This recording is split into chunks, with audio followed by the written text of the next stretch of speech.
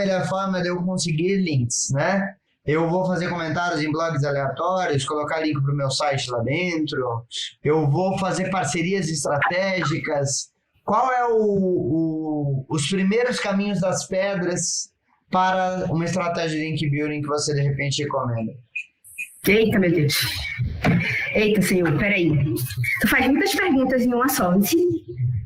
Bora lá, vou responder primeiro a pergunta da Dani. Né? Dani, tudo bem? Prazer. A Dani perguntou tipo, quantos links eram legais para se conquistar, né? Então, isso depende muito. Quando você está trabalhando, tipo, por exemplo, num cliente que você quer, tipo, que ele tenha um resultado ali, que ele melhore, que ele vá gradativamente, porque, assim, conquistar link é muito difícil. Quem é assessor de imprensa sabe o quanto que é difícil conquistar uma fonte, ou uma pauta, um furo, qualquer coisa que seja. Conquistar link também é bem difícil. Em média, na agência, a gente acaba conquistando 100 links por mês, mas para diferentes clientes e tem uma equipe por trás disso, tá? Então, o que acontece? Em média, por cliente, dependendo do tamanho do cliente, vai de 5 a 10 links. Isso para ser aquele link bonitinho, organizadinho, que dá um trabalho para fazer. Se você vai fazer pesquisa, tem que sair um infográfico, aí sai um release, aí sai um artigo. Então, você conta todo esse tempo, né? E ali, em média, de 5 a 10. Se você tiver com um cara só, com um cliente só, então se você trabalhar dentro da sua empresa, de uma empresa tipo que não seja agência, coloca 20 links aí por mês para começar a girar o ponteiro da Dani, né? Então, isso é a resposta da Dani. Tá. Quais foram as outras perguntas que eu esqueci? Como começar uma estratégia de link building com uma empresa pequena, precisava conquistar uma autoridade? O que eu faço na minha vida? Primeira coisa, análise de concorrente. Tá? Primeira coisa que você vai fazer. Por quê? Se você está entrando no universo novo, é importante você entender sobre o que aquele universo fala. Então, pega ali uns 2 ou 3 concorrentes, coloca dentro de alguma ferramenta. Pode falar o nome da ferramenta aqui? É patrocinado? Claro, eu ia te perguntar até se, por sinal, Ahrefs, Boss, qual que está sendo mais utilizado hoje em dia? O próprio SEMrush? Olha, o SEMrush é bem utilizado, né? E o Ahrefs, ele tá cada vez melhor, assim. Então, eu faço as minhas análises de concorrentes pelo Ahrefs. E aí você coloca esses concorrentes... Perdão te cortar cá, mas só para a gente se aprofundar um pouquinho em análise de concorrência. Quais são os critérios que eu tenho que mensurar para fazer uma análise de concorrência efetiva pensando no SEO? Direi agora mesmo, meu jovem Padawan. Seguinte, coloca o site do cliente, do concorrente nessa ferramenta, né, o URL lá, e aí o que você vai entender? Você vai entender se esse concorrente ele faz muito publi editorial, você vai entender se esse concorrente ele trabalha com muito release, se ele trabalha com muita promoção, se ele tem muito link em banner, se ele tem bastante guest post conquistado, qual que é a estratégia que ele utiliza, né? Dentro do link building, a gente tem algumas estratégias de trabalho que a gente faz. A gente trabalha com infográfico, com pesquisa, com guest post, que ainda funciona, não adianta. No fim das contas, isso não vai morrer nem tão cedo, só vai ter que melhorar. Por questões de comportamento humano, né? Então, você analisa o que o seu concorrente está fazendo. Porque ali você vai ter o primeiro start para entender qual o caminho que você vai tomar.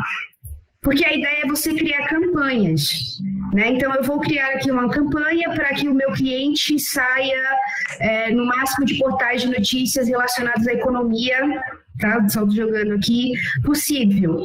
Então, o que as pessoas estão querendo saber? Então, primeiro você faz uma análise com seus concorrentes para você entender como é que os seus concorrentes ganham links.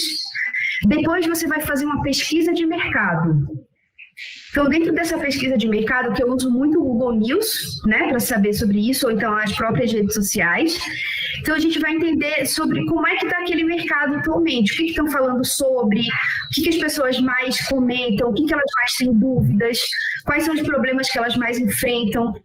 Quando você tiver essas duas informações, você concatena elas e aí você fala, bom, eu vi que, de acordo com a análise de concorrente, para esse setor aqui, pesquisa de mercado está indo melhor.